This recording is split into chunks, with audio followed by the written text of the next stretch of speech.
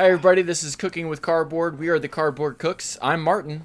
And I'm Ben. You can find us over at Twitter. You can contact me at cardboard_cooks, and you can find Martin at golem_mtg. What are we talking about this week, Martin? This week we're talking about the new precons from Phyrexia. All will be one. Pretty excited. We've each picked one that we're going to talk about and kind of deep dive into ways that we could build that deck, or what cards are good in it, and what cards maybe you want to pick up for those decks if you're looking to play them. And these are some pretty sweet commander decks. Yeah, I think they're pretty powerful out of the box, and I think they're going to be popular ones. Like, whether it's the cards that are in it, the reprints, or just the new cards, So it's a lot of fun stuff. There's definitely a lot of really strong cards in these. Yeah. All right, so first up, I will talk about the Boros precon. It is Rebellion Rising. It's going on Amazon right now for around $37. If I click buy deck on this Moxfield link, it says $99. So pretty good value. The commander out of the box is Nahali or Nahali. I don't know, but Nahali Sun's Vanguard. She is 2 colorless, a red and a white. Human Rebel. It has attacking tokens you control have double strike, and whenever one or more tokens you control attack a player, exile a top card of your library. During any turn you attacked with a token, you may play that card. So pretty unique, impulse or play from exile interaction that we really haven't seen much of. It's just an interesting hoop they added to jump through that is a little more fair because it requires you to have attacked with a token before you can just play those cards instead of just allowing you to play it if it's on the battlefield. With Boros, you're going to see a lot of attacking, so double strike on those tokens is going to be really encouraging for newer players that are picking this precon up for the first time, or even veterans that are just want to play a combat fun deck. Really quickly, we'll go over some other legendary creatures in the deck, as well as the... Oh, go ahead. Before we move on, I think one of the really cool things to note about Nayali is it says, exile the top card of your library. During any turn that you attacked with a token, you may play that card. So it's a lot better than a lot of these impulse draws because it's not just till end of turn. And it's also it's not till end of your next turn. Have we ever seen this particular hoop you can jump through and you just play these cards? They remain in exile, but you can continue to play them. Yes, the one that I think of is Robber of the Rich, I think is the name of it. It's a red and a colorless with 2/2 haste. When it attacks, if the opponent player has less cards in hand or more cards in hand than you do, then you exile the top card of their library, and then you can play that card at any time from exile as long as you had attacked with a rogue. Oh, okay. So similar, here's a hoop, you can play the cards if you jump through this hoop first. Right, exactly. So that one doesn't see a lot of play in Commander, but a 2-mana 2/2 with haste is not necessarily the most potent. While this one, you don't have to attack with this guy. You can attack with a 1/1 token that you don't care if it dies, right? You're just like, whatever. If this thing dies, it's fine. It drew me a card. Suicide this 1/1 human, and I still get to play these cards. Yeah, that's pretty cool. But exactly. The backup commander that they included here is a pretty cool one. But before we talk about him, I wanted to go over the other legendary creatures that are pretty fun. Adriana, Captain of the Guard. She's kind of a melee tribal card. I tried building this deck a while back. There's not a lot of synergies with melee. I tried the Myriad route, kind of a nombo. Jorkadine, the Prevailer, Metalcraft, doesn't really seem like it belongs to the deck, but a cool card. And then Bravo, the Steel Legion, pretty weird, makes your tokens a little bigger. Another one that I think is going to be first on the rounds of cuts for the deck, but the backup commander is Othari Sun's Glory. It's a really, really cool Phoenix. I'll read it really quick. It is a new card, so it's 3 colors, a red and a white, so you can play it in place of the main commander. Or what I would honestly suggest is just kind of take this and run with the themes it has. So it has Flying, Lifelink, and Haste, and whenever it attacks, you get an experience counter. Then create a 2/2 red rebel creature token that's tapped and attacking for each experience counter you have. And then it also has, for 2 red and a white, tap an untapped rebel you control, return Athari from your graveyard to the battlefield tapped. So a pretty common theme with the Phoenix is you pay some sort of cost and you either return them to the battlefield or to hand, like it's rising from the ashes. But it kind of reminds you that it gives you that Marin feel with the experience counters. I know that it's in the deck, and I know one of the YouTubers over at Spike Feeders has a custom commander deck around Symbol of the Legion, which is a very, very similar card, and it's in the precon as well. I'll read that one as well. It's an enchantment for 3 colorless red and a white, so same casting cost, but an enchantment instead of a legendary creature. And it has at the beginning of your upkeep, put a muster counter on a Symbol of the Legion, then create a 1/1 red-white soldier creature token with haste for each muster counter on a Symbol of the Legion. So I'll be really curious to see if he kind of swaps this Phoenix out for his commander in that deck, because it is a very similar effect on a creature.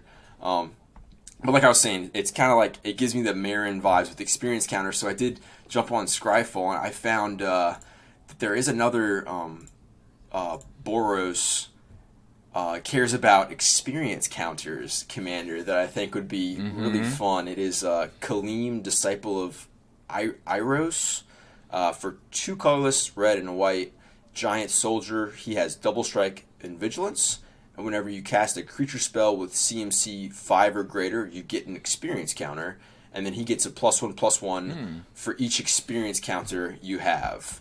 So is this a Nombo here, Martin? Do they look at each other's experience counters, or how does that work? The player receives experience counters? So no. So the experience counters would affect each creature. So it doesn't matter who gave the experience; they both will benefit from them, which is awesome. However, one of them wants you to be making tokens, and one of them wants you to be casting big dudes. Yeah. So. Yeah, I mean, maybe casting big dudes that make tokens could be a way that satisfies both. Yeah. But they definitely don't slide into each other's decks without some deck building restriction, I don't believe. Some hoops. Yeah, that's what... Well, I was thinking it would be kind of fun to build that and do a less powerful but fun Phoenix and Rebel tribal build around. There are... 14 Phoenixes in this color, including Athari, that are greater than or equal to the 5 CMC to trigger the Iros. So it's kind of cool. And then there's 6 Rebels that are greater than or equal to 5 CMC, and they're not great, but they're pretty cool. There are also 6 creatures that are coming in the precon that are greater than 5 CMC or equal, so that could be a kind of easy include to like try and start getting the deck rolling before. But the other really cool thing in this precon that we saw was a new keyword ability. Is that keyword or keyword ability? What is the correct verbiage there, Martin? I don't want to misspeak here. For the 4 Mirrodin, is that a keyword? Oh man, you didn't say no, it that's right. fair. It's 4 Mirrodin. It's an exclamation mark. I'm sorry, you're right. There, yeah, I wouldn't if we'd have been playing, I wouldn't get the trigger. I think that's how that works. Yeah, that's how. No, that's but how that works. It's a really cool. It's a keyword ability. I mean, I don't think there's a formal word for that. It's just a keyword ability. Okay, yeah, it's very similar to a previous one that we've seen on a lot of equipment for the Germ equipments or Cauldron, where it'll. It's an equipment card that it creates a creature that it attaches to. So ETB create a 2/2 Rebel creature token, then attach it to this or what have you. So it's pretty cool. There's 3 of them that come in the precon here. 13 total being released in the set. 11 in these colors. So that's another way if you wanted to like focus more on this new keyword that's pretty unique and new to the set. There's 11 or 11 total, so you could go. Grab the other 8 and have fun with that. There's also a blue and green one. But the one I'm most excited about in the deck that I think is going to see a lot of play Does something that is notoriously really strong in Commander in its extra turns. It's Hexblade Oh yeah. Wallbreaker. The art on it is pretty rad too. It gives me Warhammer vibes. I don't know if I'm like stuck on that theme of like everything I see now in Magic. I'm like seems like a Warhammer card, but I'll read it really quickly. It is 3 colorless and 2 red pips for an artifact equipment. It has Formiradan, and it has equipped creature has or gets +2/+2, and when an equipped creature attacks, if it's the first combat phase of the turn, untap each attacking creature. After this phase, there is an additional combat phase. So, on its face, without any haste enablers on board, it's not going to give you that extra combat the turn it comes down, unless you're paying 3 in a red to equip it to a creature that can attack, in addition to its 5 casting cost. But it really hums when you have a haste enabler or anger in the graveyard, something easy like that, where anger, or if it's already a like equipment themed decks like to run the boats, right? Like, that's another good call out. I think it's going to be a popular card because even the background one from Baldur's Gate still sees a lot of play. That gives you that extra combat step. It's a lot of fun to have extra combats, especially if you have attack triggers or combat triggers. So they usually will be cards that get picked up fairly regularly. The one call out I will say from the deck that I don't love was the inclusion of Temple of the False God as land in there. I don't love that. I think especially because there are a lot of people that are going to pick up the precon that are not new players, and they're just picking it up for fun, either to have as a, hey, I'm going to play a precon. Do you have a precon you can play at, or a precon level deck? But there are some players that this is going to be their first deck that they pick up, and I think it's a really dangerous road to lead them down when they start getting to tinkering with the deck and they count that as a land slot. It can be something that's really deceiving and steer them in kind of a poor direction. So... yeah, I agree with you. I think the good way to think of Temple of False God is playing it as an artifact. In your deck construction, right? You think of it as this is a mana rock. Instead of casting a cost, I play this as my land drop, but it's not going to have any effect early in the game. So you don't want to count as a land drop, so you can still hit your curve consistently to get to the point where it actually starts functioning on turn 5 or later. Yeah, exactly. But just kind of dangerous. The probably most exciting card, and I think everybody kind of freaked out when it got revealed, was the inclusion of Flawless Maneuver in the deck. It's a very, very powerful free spell that you can cast as long as you control your commander. I will read it. It's 2 colorless and a white. If you control a commander, you may cast the spell without paying its mana cost, and creatures you control gain indestructible until end of turn. It's really good. I'm sure it's fallen slightly in value since it's been called out as being a reprint. It's showing now on Moxfield $14 still. I mean, it's very valuable. All these cards you can play for free play for free as long as you control your commander are just insanely strong. It's awesome that they reprinted it, though. I think it's a really strong card, and I think that a lot of people are going to buy the precon just to take this out of it. And I mean, you're basically getting a bunch of cards for not free, but if you buy it at 34, you would have paid 20 for that, so you're paying 14 for all these cards. Then kind of nice. Yeah. Well, so the thing about Flawless Maneuver is that it's a free spell, and free spells in Magic, any way to cheat on costs is always a huge boon. But the in this deck, and in, like, for value wise, the really nice thing about including Flawless Maneuver is Flawless Maneuver will likely rebound its value. Like, the price itself will be still pretty high, but every other card in this deck will likely be cheap. Which is great. I mean, you've got some decent hits in here. You got Roar of the Resistance is looking to be pretty nice. Gives tokens haste. You've got Staff of the Storyteller, Glimmer Lens, even just like the Talisman of Conviction is like a couple $1 card. A lot of these cards are just going to tank. Yeah. So people will buy this to flip it, to sell Flawless Maneuver, and then the rest of it will just end up being driven down in price because there's so many copies of them, well beyond any possible demand, because the demand for something like Flawless Maneuver is pretty high. Any creature-based deck in white should be running. Yeah, it's like one of those cards where it's like, I don't know. I think that it's really cool to see them put this in a precon. It kind of reminds me when they put Deflecting Swat in a precon. Not quite as like chase card as far as that goes, but I think it's a good direction to see them put a free spell like this in a precon. I would have liked them to put a little more expensive. Oh, go ahead. So the whole cycle, Flawless Maneuver and its ilk. The blue one is the Fierce Guardianship. The red one is Deflecting Swat. Black one's Deadly Rollick. Green one is Terrible. We don't talk about the green one. Yeah. So that whole cycle were all in 5 precons released at the same time. Oh, okay. Yeah, there were 5 decks. I can't remember which set it was, but it was like they're all tricolor decks, and they all had these free ones. Obviously, like this is, if you look at the Fierce Guardianship deck list, there's some good cards in that deck list other than Fierce Guardianship, and they're all worth less than $1 now. Oh, really? Because people buy it just for Fierce Guardianship and then they sell just pull the rest. The card out and then. So, oh wow. You think that's going to happen a lot with this one Yeah. as well? That makes sense. Okay.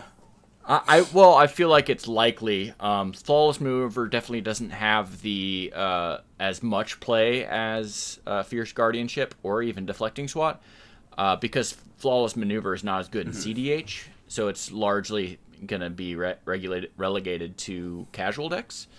But Fierce Guardianship is played in regular Commander and in competitive Commander, so it goes in a lot more fair. decks. Yeah, the Indestructible is good, but not the best when it comes to. Yeah, I mean it's nice, yeah. but that's. Go ahead. There is one card in the deck though that might maintain some value, and I wouldn't be surprised if at the end of the day it sees like where the value of the box is split evenly between Flawless Maneuver and Clever Concealment. Okay. So Clever Concealment is white, and 2 colorless. It's an instant. It has Convoke, so technically it can be free, and it says any number of target non-land permanents you control phase out. Ah, yes. That is so anti-board wipe protection. Well, I feel like I want to use this card in a board presence deck so I can run board wipes. So you cast the board wipe, with it on the stack, you tap your team and phase everything out. It's a one-sided board wipe. Yeah. Really, really good. So, really good against other decks trying to mess with your board, but it's also amazing for like trying to combo where you basically do a Plague Wind. I mean, you could cast, what is the 2 white and I think 6 for a Wrath that has, it costs 1 less for each creature on play. What is that one? It's like the white version of the Blasphemous Act. No, not Hour of Reckoning. Conquer the Hordes or something? Conquest of the Hordes? Vanquish the Hordes. Vanquish the Hordes. I was like, it's some weird hordes. Yeah. I could imagine casting that with it on the stack using this is just going to win you a game. It's going to give you so much advantage, and it's going to make you feel really smart, which is always a good thing in Magic, right? Every Magic player, yeah. Yeah. want to feel like they're at that level, right? They feel like they're clever. Do you get it? Clever Concealment. We got there. You got there? I was surprised the Planeswalker that's included here is worth so much. It doesn't seem like it's that good on face value. That Elspeth Tyrell, it's like sitting at $9. Do you think that's going to tank as well? It'll definitely tank. Unfortunately, it'll eventually rebound because this is a very strong card. This is great in any token-based deck. Basically, you tick down to make a board presence, which is nice.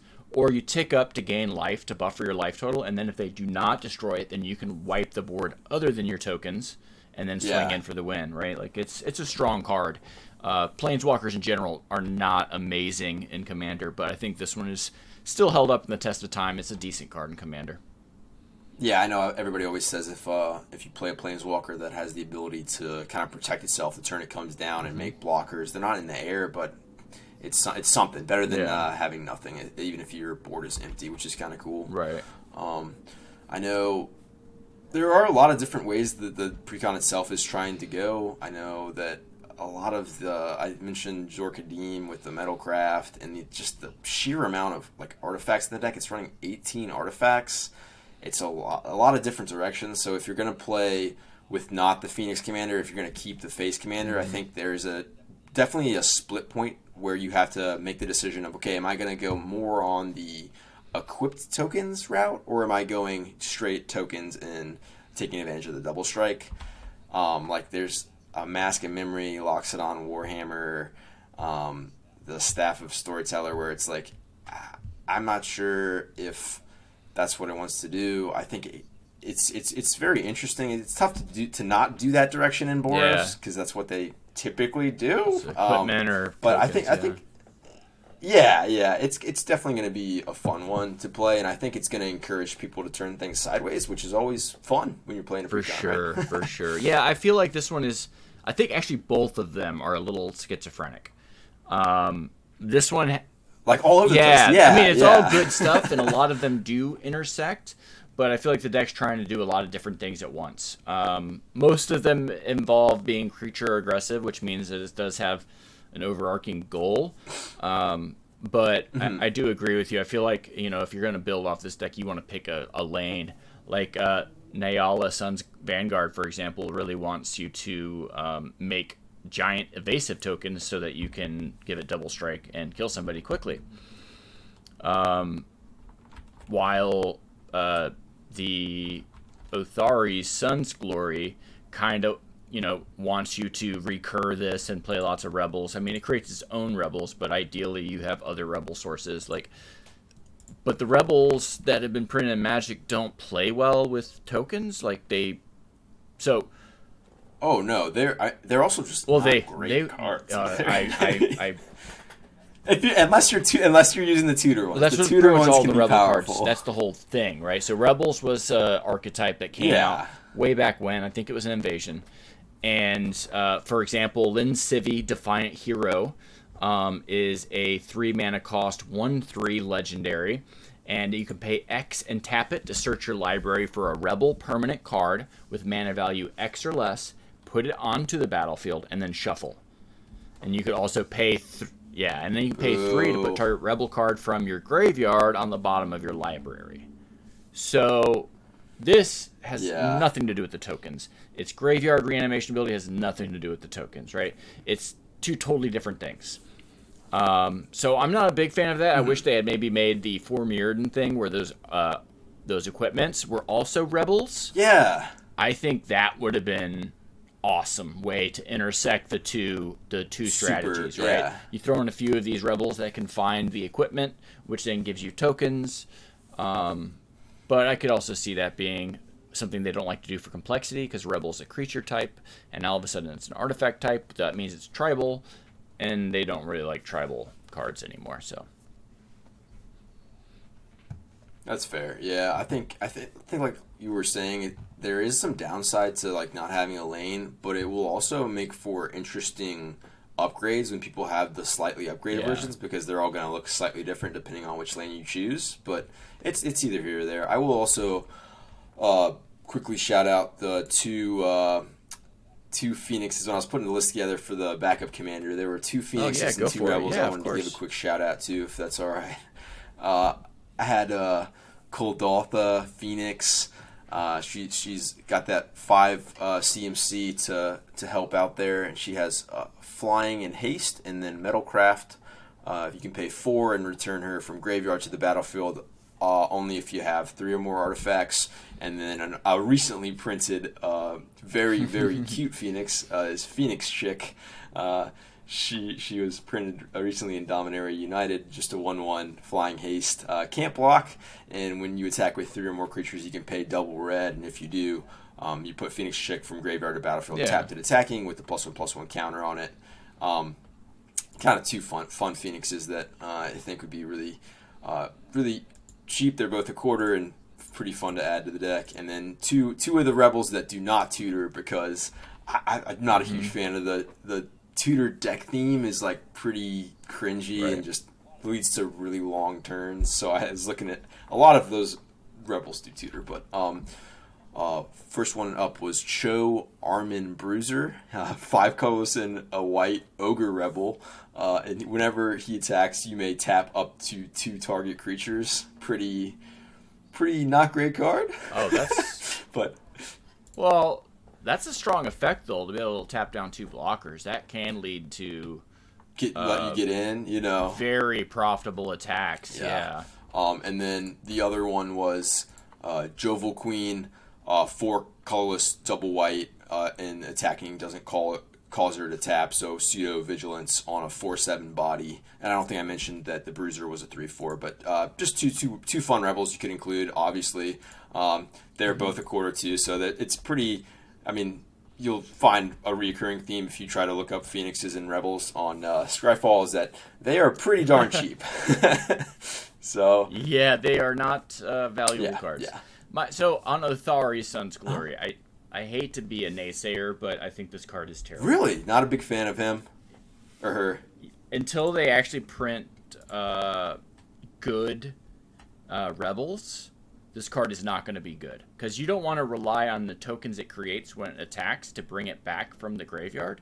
Because if somebody wraths the board, kills all your Rebels in this, and then you're like, well, if I put it in the graveyard and I find a Rebel in my deck, it means you have to have a lot of Rebels in your deck. So I really wish that they had printed more Rebel cards that would actually be playable. I mean, they do have the, these, the new. I mean the four germ tokens. The 4 Myriad, yeah. They'll give you there some, but it's not. Yeah. But I agree. I think if you're gonna run Othari, you want to run like all 14 of those, even the bad ones. And it's all that's okay. It's okay, and it's also kind of cool because you'll get to see in real time which ones you like and which ones you don't like.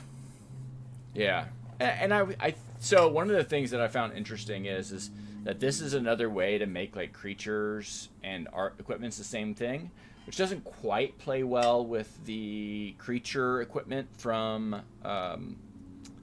Kamigawa Neon Dynasty. So like Lizard Blades, for example, is a red and a colorless for a 1/1 double striking equipment creature, and then you can pay 2 to reconfigure it to equip it to a creature.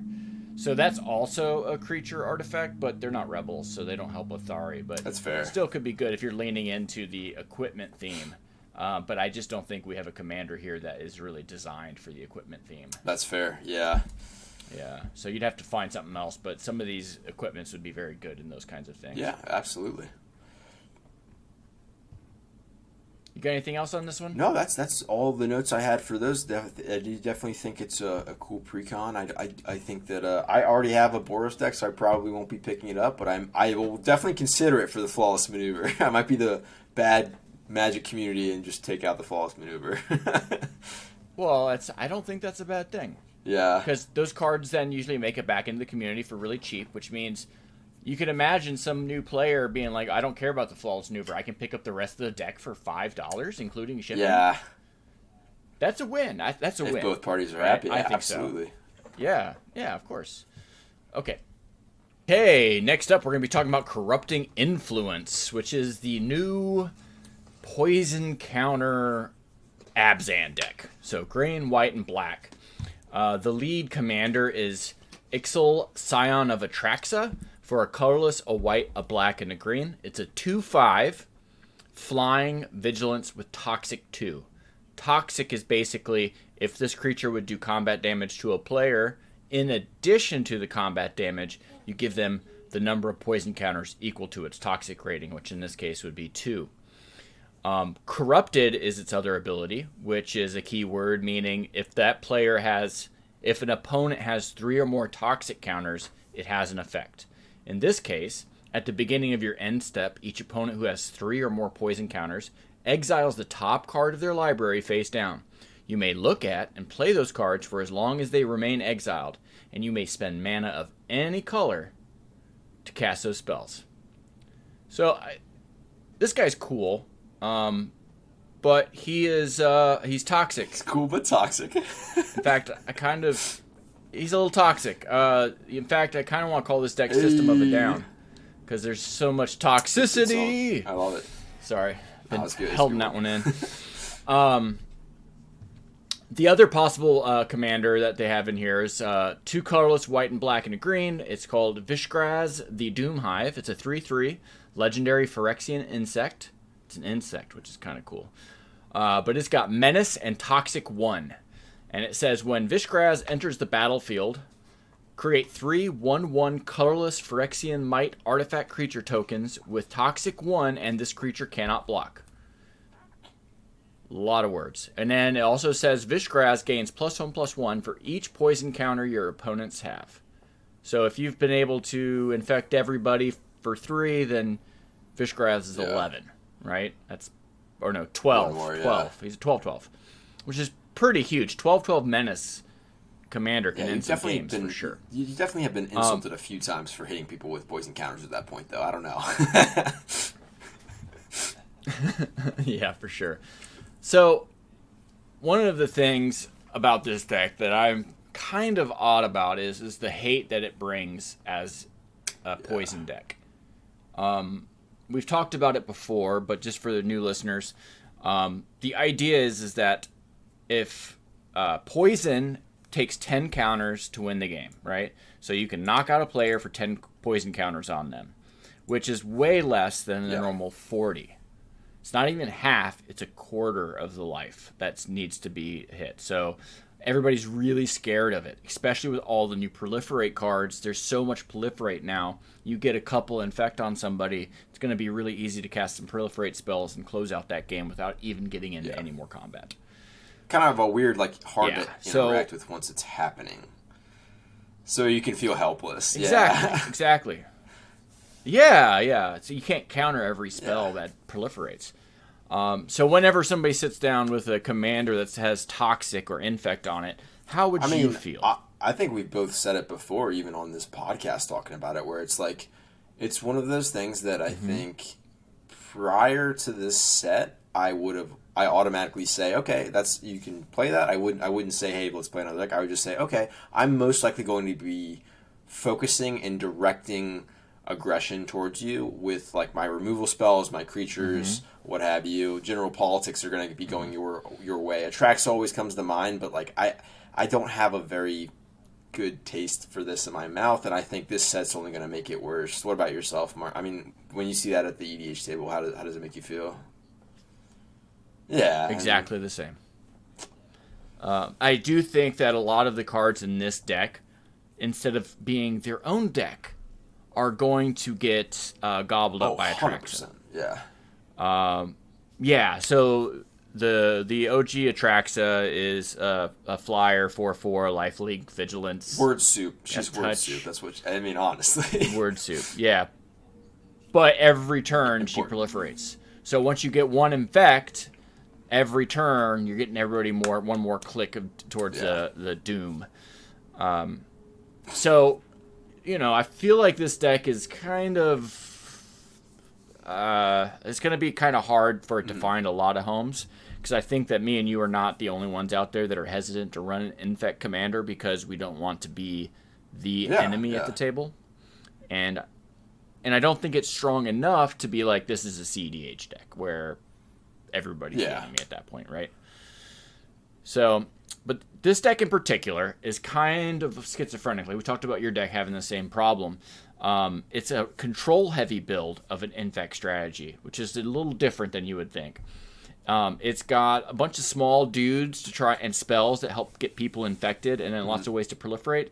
But then it's got a lot of wraths and lots of controlling cards. Which actually leads it to be kind of like a controlling deck. You just try and get those first couple nugs in, and then you try and proliferate from there to knock people out. So is it more of a slow? Kind of odd. You think it would play more of a slow, grindy gameplay then if it's running all those wraths? Oof, yes. Okay. Yeah. It's basically a lot of the spells have give an infect counter to each player, or proliferate on them. So, and lots of controlling cards. A great example of that. Man, I just feel for those new players that are going to pick this up.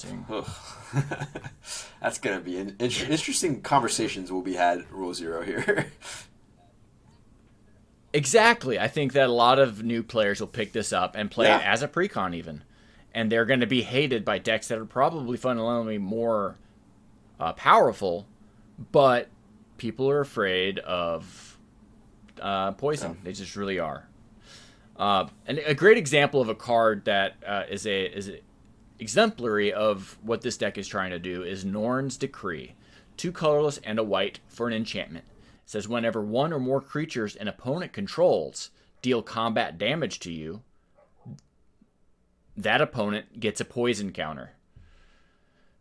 So basically, if an opponent attacks you and they get through, they're getting a poison counter, which is killing themselves. And then it says whenever a player attacks, if one or more players being attacked are poisoned, that attacking player draws a card. So you're trying to use politics and aversion to being attacked to keep everybody fighting amongst themselves and ignoring you.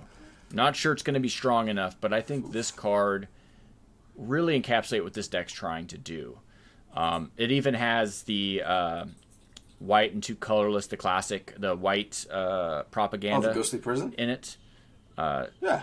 Ghostly Prison, Okay. yeah. It's got Ghostly Prison in it to try and dissuade people from attacking. I think it is a little bit better than this at keeping people from attacking you, but there will be a point where people are so close to getting poisoned out that they just can't attack you anymore. Yeah. Because of Norn's Decree. So, pretty powerful. But so, like, if you really look into what the deck's trying to do, it's going a couple directions. Vishgraz makes tokens when it ETBs. It's kind of like a token theme, kind of go wide. There's some more other cards in this precon that create tokens that give poison to opponents, which is kind of cool, making all these different tokens kind of go wide. But it's also got the control that I talked about, which is trying to board stall, do wraths, things like that, with proliferating to victory. It's got the proliferate effects in the deck too, which is a way you could take this deck. Not just proliferating poison, but you could also try and proliferate +1/+1 counters, or energy counters, or any other way. Planeswalkers. You could. Right. So a lot of them, the proliferate cards in this deck are very strong. And they're some of the only cards that I think are going to be valuable out of the deck because so many of these other cards are so narrowly tailored. But one that I'm really impressed with is Norn's Choirmaster. 3 white for a 5/4 flying first strike. It's good rate. Pretty good stats. But it says whenever a commander you control enters the battlefield or attacks, proliferate. Which is a powerful effect, right? I mean, this in and of itself is a good blocker/attacker, and the proliferate effect being tied to your commander is pretty nice, I think. Keeps it kind of fair, because if this thing did it on ETB and attack, it might be too good. Yeah, that seems really good, especially if you have a commander that has haste on it, but I know it's not outside of white usually if you're running it in Boros or something, though, I mean... Or if you're flickering your commander, which I think if you build... Fishgrass, you probably do some flickering. Maybe not as much as a dedicated flicker deck, but I definitely think Fishgrass wants to be flickered to make a bunch of Phyrexian mites. Really powerful. Right, yeah. Norn's Choirmaster is good. It's only a couple bucks, so... That's neat. I do think this Sorry, is... I was just going to say it's neat that they kind of included a card that is similar to the direction that a lot of those Boulder Gate backgrounds went, where it's specifically, hey, your commander gains this ability. I do like that. Yeah, exactly. Kind of. I do too. I like this card in general. I like it doesn't say toxic.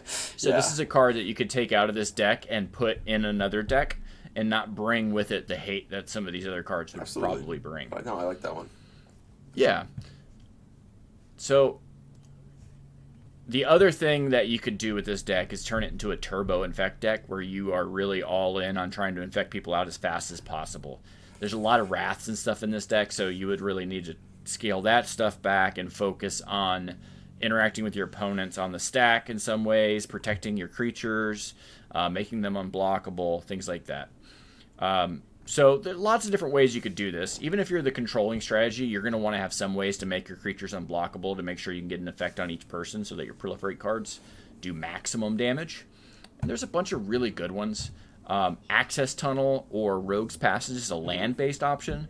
They're both colorless lands, but in a 3-color deck, if you have enough fixing, you could still probably play one or both.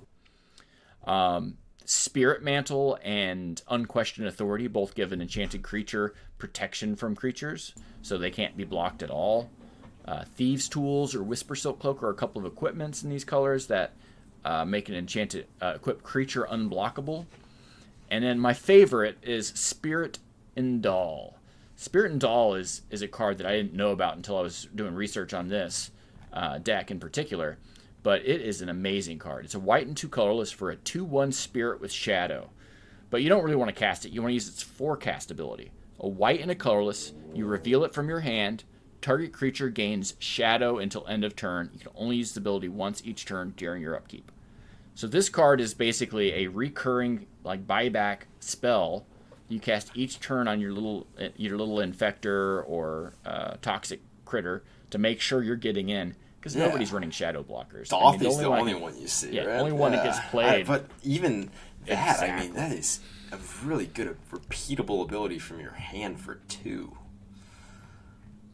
That's a really good card. Yeah, I mean, it's... Yeah, I think so. I think sees a lot. I'm about to say, I've never seen it on a commander board before. I definitely should pick it up for a few of my decks. Is it cheap? Yeah, I ordered Well, I just picked up a foil for $5, which I think it'll go up for a pre-collector booster foil. That's a pretty good deal. And I think the regular copy's only like $1 or $2, so it's not expensive. But I wouldn't be surprised if this card gets more and more attention because it's an uncounterable way to give unblockability to a commander to get through your last couple commander points or whatever. Any Voltron strategy or anything that has a on-hit ability that you can guarantee that for 2, that's really, really valuable. So when you forecast, Martin, exactly. is that casting where it can be countered, or is that like channeling? I'm pretty sure it's like channeling. I always think of those broken lands that you channel, like Boseiju. Yeah, it's an ability. Play this ability only during your upkeep. So it's not a spell. So even harder than I thought to interact with, too. Like, you can't to stop it. Very, yeah. Yeah, you'd have to actually probably kill the creature or stifle it or something like that. Oh yeah, you can kill the creature. Yeah. So. Yeah, but the nice thing is that this ability doesn't require you, if they kill the creature in response, the spell doesn't go away. It fizzles the ability, but it doesn't, counter the spell. It's not like a buyback. If you fizzle a buyback, card goes to the graveyard when you fizzle its target. Seems really good. Yeah, I like it a lot. Okay, so you definitely want some forms of unblockability. So if you want to get this deck and upgrade it, I definitely feel like I would pick up Spirit Mantle and Unquestioned Authority, Spirit Indal, and then probably Access Tunnel or Rogue's Passage, but probably not both. 3 colors. Apostle's Blending. Yeah, exactly. Apostle's Blessing or other protection spells are also reasonable.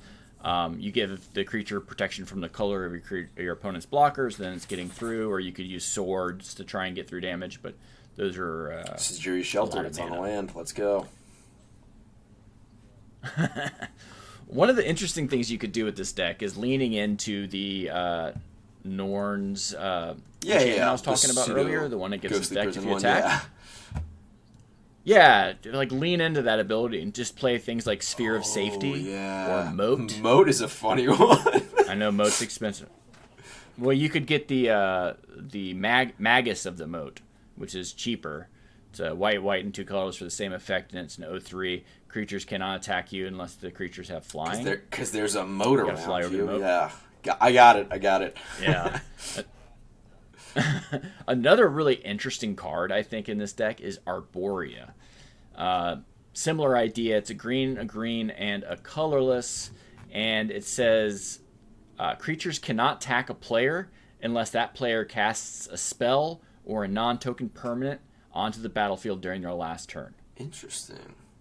So you could realistically still do abilities on other people's turns. There are some instances in the deck, but basically people can't attack you as long as this is on the board if you're not doing anything. You're waiting for you to have those last few proliferates to go, and then you proliferate a bunch all in one turn to try and win the like game. a flash speed deck built around that proliferate ability. That sounds really interesting direction. Yeah. Yeah. Another one would be Aurification. It's white, white, and 2 colorless. Whenever a creature deals damage to you, put a gold counter on it, and each creature with a gold counter is a wall in addition to their types. If this leaves play, then of course you remove all the gold counters, but the idea is this is once again going to dissuade, or like No Mercy could go in this deck, which is black, black, 2 colorless. If a creature attacks you and it hits you, then it gets destroyed. Lots of ways to try and build this pillow fort thing where you try and like poke people for infect and then start Gotcha. proliferating. Okay. So would you recommend that somebody taking this would go with that more control route for the proliferate, or try and go with the more aggro if they're accepting the risk that comes with going with this toxic? Well, I think I would. If I was going to build this deck, the reason I would do it is because of the corrupted cards. I really like the corrupted mechanic. I wish they had tied it to some other kind of token that didn't end the game. But it's well, I mean, think about it. It's cool. Like, okay, if I hit you a couple times with some of my creatures, and I get you to this point where I have this clause satisfied, then my spells if I've done that to powerful. everybody enough, then it gets up another bonus. I do like that. Yeah. I think that's super cool. The fact that they're poison then is not great, because that could mean ending the game, and then your spells that you're casting almost don't matter because you're just proliferating and then you win. And there's a lot of really good proliferate cards out there. If I was buying this deck and I wanted to upgrade it, one of the first cards I would buy would be after Vorinclex, of course. Vorinclex doubles counters, or extra counters. But the one that I think is so good in this deck just got reprinted in the Dominaria Remastered is Yawgmoth. Oh, the Physician. Yawgmoth is a black, 2 colorless. Yeah. He's a 2/4. You can sack a creature and pay a life. Target creature gets a -1/-1 counters, which can be proliferated. And you can pay 2 black and discard a card to proliferate. So if you had like 4 or 5 cards in your hand, enough black mana, you could just be like, I'm going to proliferate 5 times through the game, guys. Very scary card. So very strong. It's a draw card. It's removal. It's a win con. I definitely feel like if you're going to build this deck, that's definitely one that I would pick up. Another really good finisher would be Planeswide. Another really good one that I'd recommend considering for this deck would be Planewide Celebration. It's green, and 5 colors for a sorcerer. You get to choose 4, and you may choose the same mode more than once. There is create a 2/2 citizen creature token. That's all colors. Meh. You can return target permanent card from your graveyard to your hand. Yeah. Pretty good. You can gain 4 life. Meh. And then proliferate. So you cast this card for 7, and you can just proliferate 4 times. That's going to end a lot of games. Yeah. And then, I mean, I could also see doing this for 7 and being like, I'm going to get back these 2 permanents, and then I'm going to, which maybe are enchantments that are keeping you from attacking me, and I'm going to proliferate twice. That's just super flexible. You could make token blockers if you really needed to. Very strong card for this format, for this archetype, that I highly recommend as a way to do some proliferate focus. You could get like Throne of Geth, which lets you sack artifacts to proliferate, and the mites are artifacts. Oh, notably, yeah. So if they hit after they hit sack, that's huge. You could do that. Oof. Exactly. If you play, like, if you really lean into Throne of Geth route, which you're playing probably the token one, Vishgrass, which I think is the better of the 2 commanders, you end up being able to make all these tokens, and then you can just kind of combo somebody out with like a Clock of Omens and Throne of Geth, right?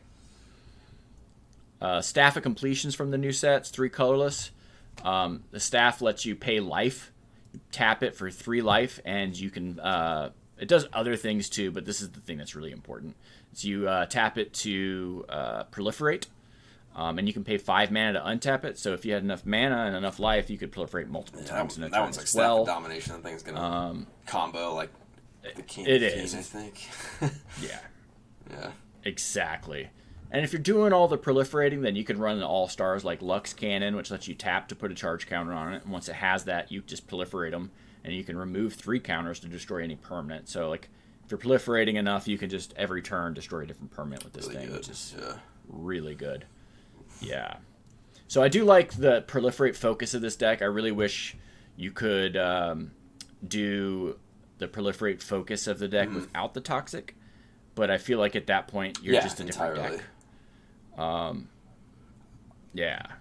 So one card I also like for this deck is Prosthetic Injector. It's an equipment from the new set.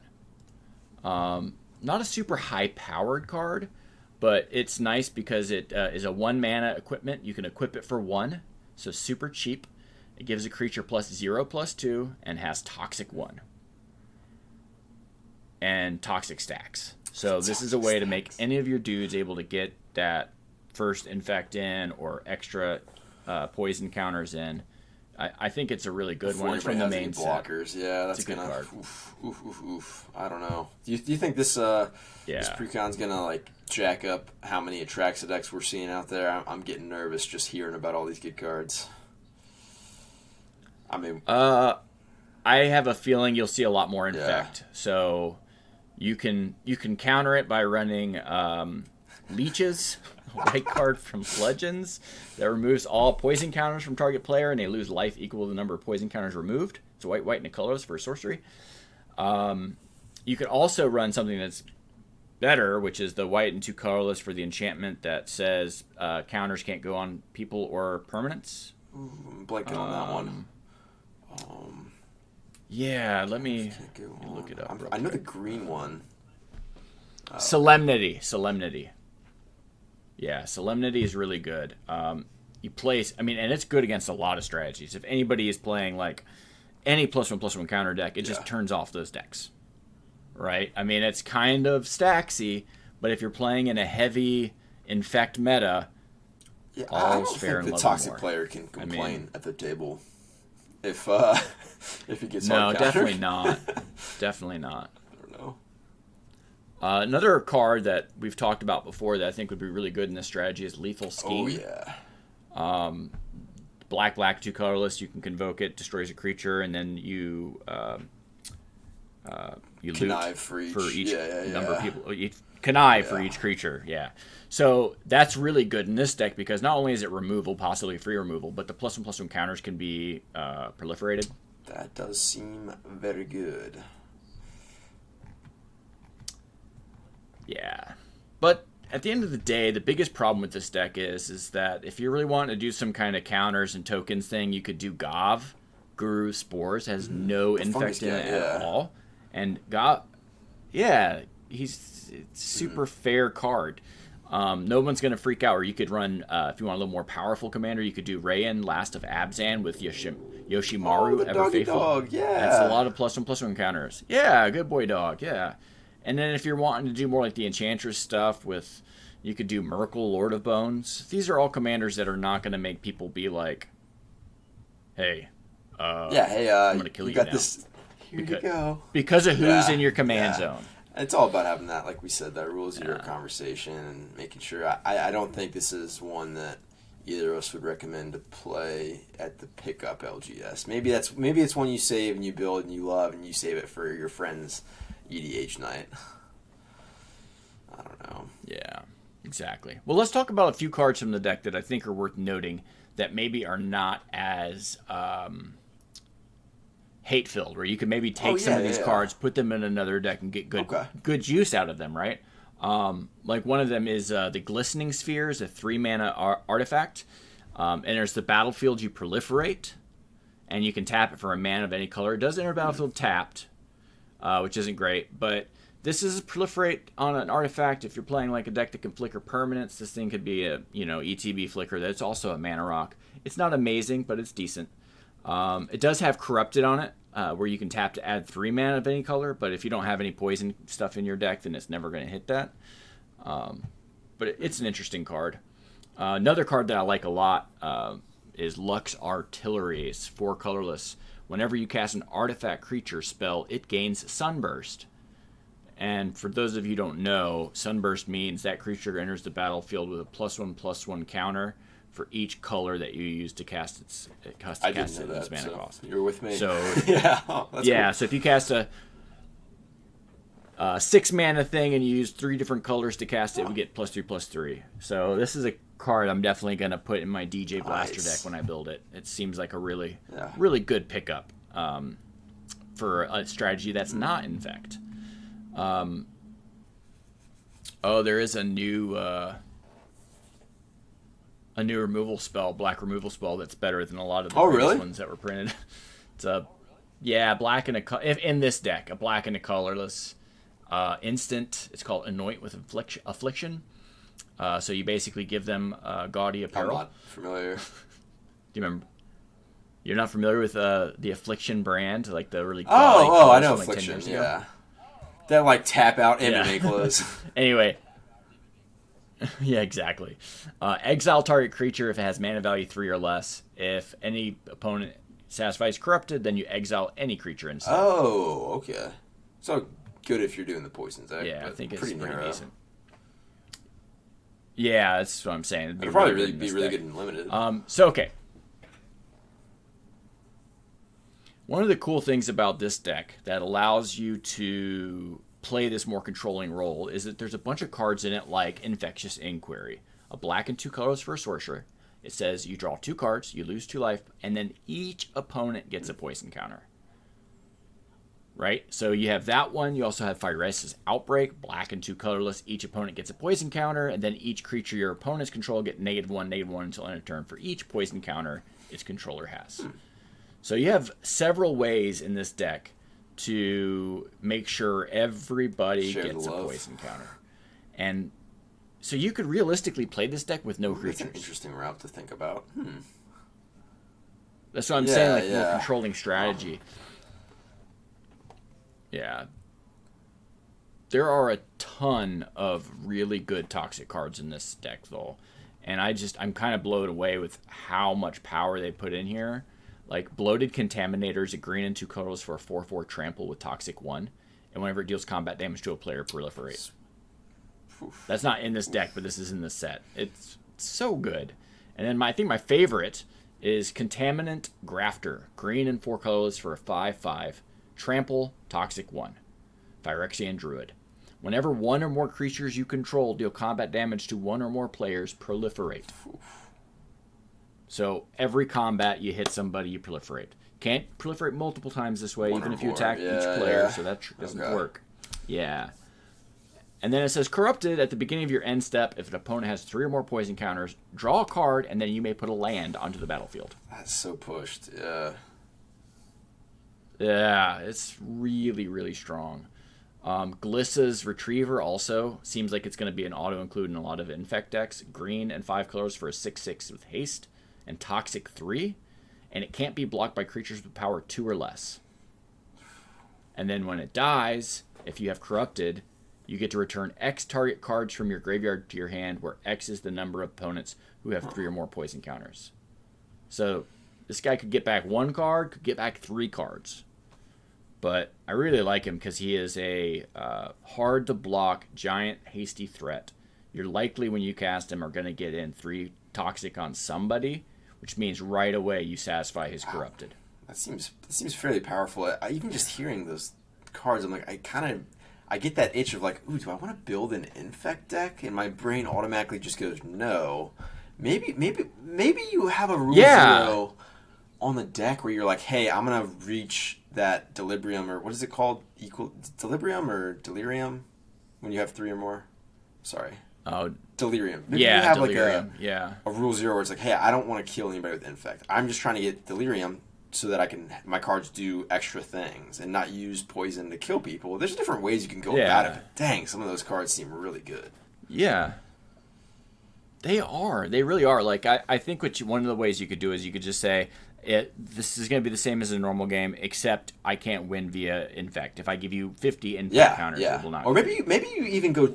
Right? Or poison is the right term. Infect versus poison. But even if you went to, like, double and you said, hey, I have to get to 20, like, some of those cards, you're still going to be able to kill some people. I mean, if you jack up the number a little bit, it's EDH is all about that rule 0. Really important, especially when it comes to, like, it is. It really is. Especially with some of these cards seem really fun, right? Like, I like Vishgraz, the Doom Hive, how he gets bigger for each poison counter. That's really cool. He's got menace. He gets bigger, and he makes all these tokens. I don't know. It's just a lot of cool cards. And then the main commander, Ixal, Scion of Atraxa, where you can play cards from the top of your opponent's deck. That's an ability that's usually in blue-black, not Abzan. So that's really cool. But once again, these all have Infect or Toxic. They either have Infect or they are Toxic. Wait a second. It's the same. Yeah. Very interesting. Yeah. I think, maybe I buy the precon and I use some of the cards. I don't know. Make Infect deck and use that as a rule 0. Like, look, I'd like to play this deck, but I'm not going to kill anybody with Infect. Yeah. Impossible. You guys just... I think... Infinite Infect will not... Yeah, I know you're how you like to play the game of Magic, and that sounds like a way that you'd probably enjoy more. And I think I am the same. I think it's a weird route to go, but I mean, I don't know. Are you planning on going to pre-release this coming week? Faux show. I'm excited. I think that the toxic mechanic is going to be very interesting. Yeah, well, so while I am not a Toxic fan in Commander, like I don't really like Infect in Commander, I wouldn't play that unless somebody paid me. But in one-on-one, I am a competitive player. I will play it if it's good. And this set is pushed. Yeah. So good. Are you going to be able to play? I think I'll be able to go Saturday. Hopefully, I'm still debating. We have a pretty busy schedule this week, but I'm trying to make sure I at least go to one because I would like to pick up some of the cards and just kind of play around with Toxic. Because again, it's something I don't play with in EDH, so it's just something I think it'd be fun to play around with and see how powerful it is.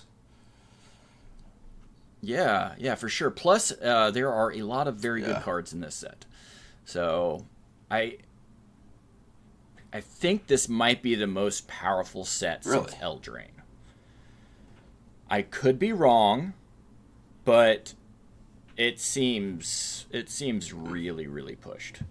I know some people have said online they've been talking about it too, and some people have been saying that maybe the Kamigawa was more strong, but I don't think so. Kamigawa was more fun. Close. I will already say that because Kamigawa was awesome. Yeah, it was a fun set. Lots of good cards for Commander, but I think just raw power level, this set is the most push I've seen a Magic. And it's weird because they pushed time. It, and it's like it's a ability, like the Toxic ability is so like people don't like it, so it's so weird that they pushed it so strong, and it gets me back to where it's like Atraxa is like such a regularly built commander. I feel like they were like, oh, we can just sell it if we put more stuff that proliferates so that Atraxa players will be more tempted to buy them. I don't know. I don't know if everybody doesn't like Infect. I mean, there are a group of people that really like it, and they don't mind being the target. They just are going to do it and take the heat. There are players like that out there, and I feel like they should get a set where their gameplay desire is being met. That doesn't mean I have to like it.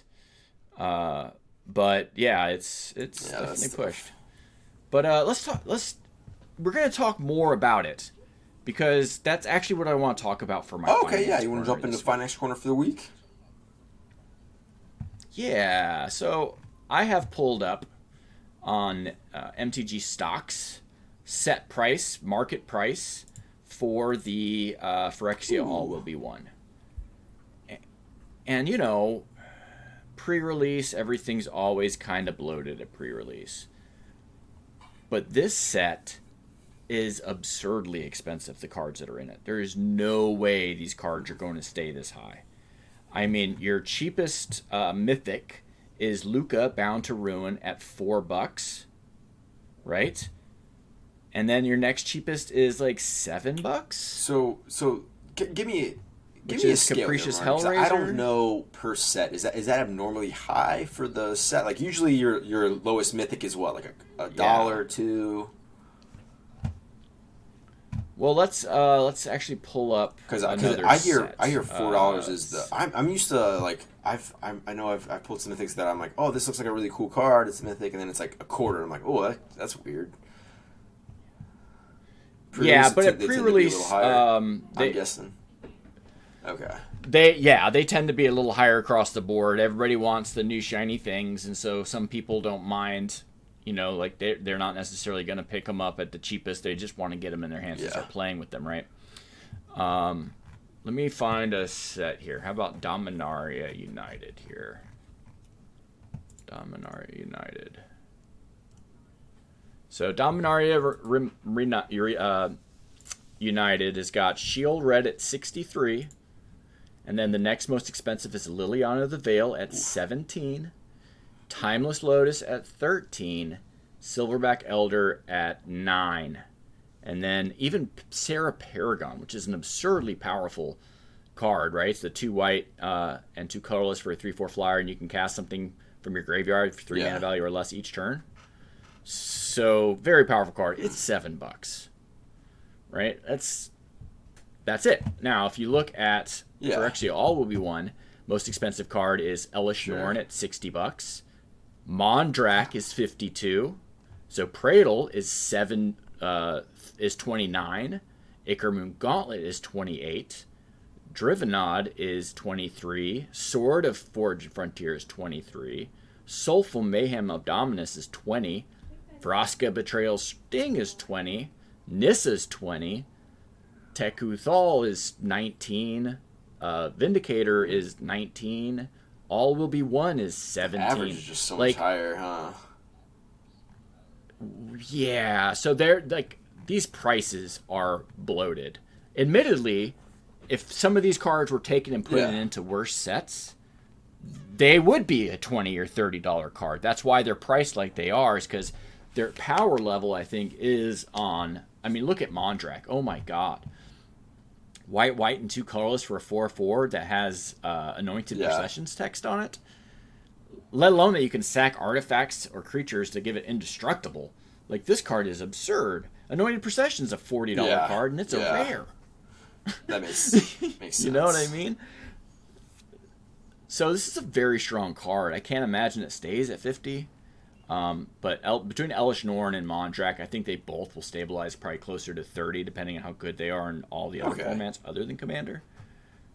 But my point is I wanted to talk about this because there's a lot of strong cards in this set that I'm super hyped about. Like Nissa Ascended Animist, the one that you can like cast for 7 and then give all of your creatures +7/+7 and trample.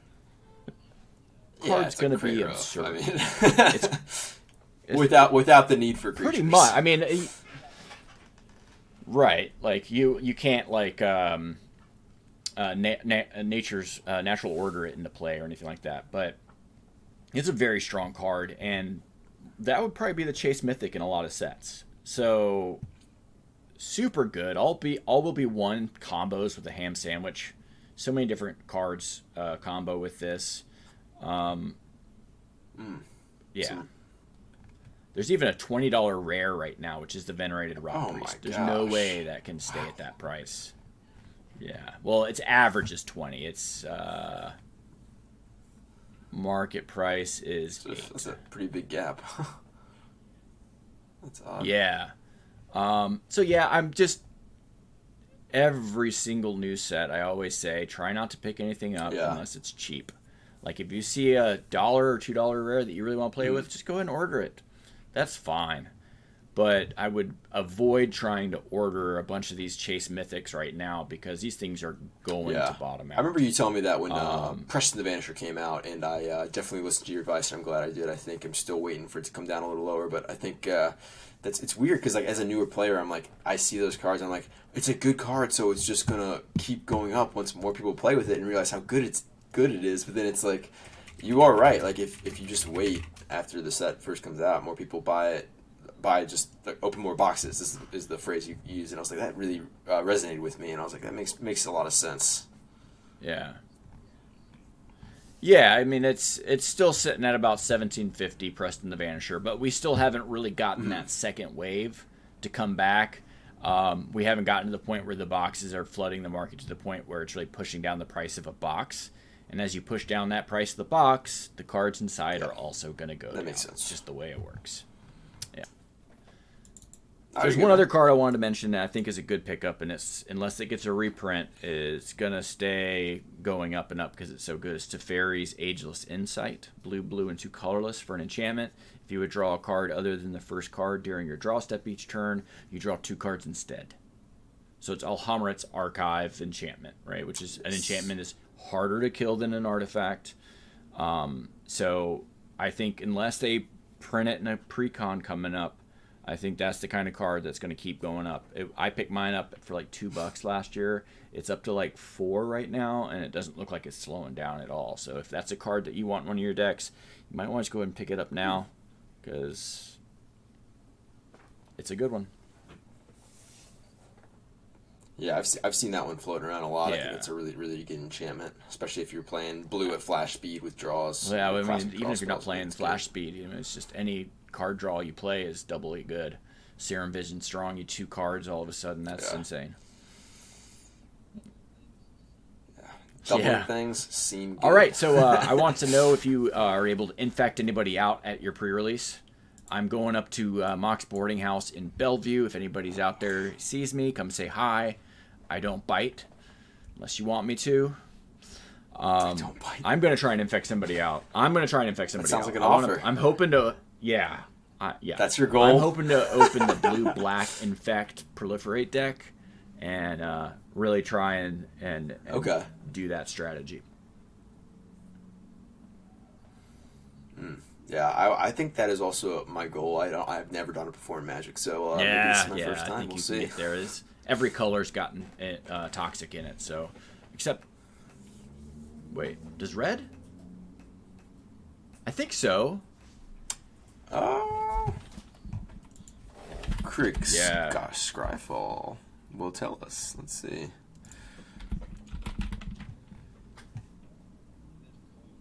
I mean, there's No. colorless toxic. Does that count? No, it doesn't look like there's any. If that creature. So I has think the toxic. reason Yeah, why is no, there's because no. like lore wise, the the Praetors, there's a Praetor for each color, right? You've got black is Shield Red, white is Elish Norn, blue is Jin-Gitaxias, and green is Vorinclex. Well, red is Urabrask. Your Always boy, the weakest of them, Urabrask. but Your well, boy. he's I love against. him. I love him. He doesn't agree with the rest of them. Oh, really? he Oh, doesn't for like want, a lore he's, perspective? He's Oh, on the okay. side of everybody else. He doesn't want Phyrexia to spread. He wants that to be a thing people can choose, but are not Oh. required. He's anti-fascism, basically. He's like, look, I like Phyrexia. I think Phyrexia is awesome, and I want people to be a part of it, but I want that to be their choice. Yeah, so that makes Gotcha, sense then, okay. like why maybe red would not have toxic or infect, right? So, I mean, there were some red infects in the original set I books. did I not- remember I did there not was know a that. first striker that had infect. 2/1 first striker with infect. Yeah. Gotcha a Well, it few just makes times. blocking really hard. If you have a 2 toughness creature, it dies on the first Yeah, strike, yeah. or gets shrunk down where it can't Yeah. do damage. So if you had like a 2/4, it's still going to be a 0/2 after the damage, so it still doesn't kill the first striker. It was pretty good in that set, for limited. Gotcha. All right, well, that was pretty good. If anybody has any comments about how they would rebuild these decks, are you going to play the Toxic deck? Are you excited for it? Are you one of the haters and you're going to target the people that play it? Let us know in the comments below. Don't forget to like and subscribe if you're watching us on YouTube. And I hope you guys enjoy your pre-release next weekend.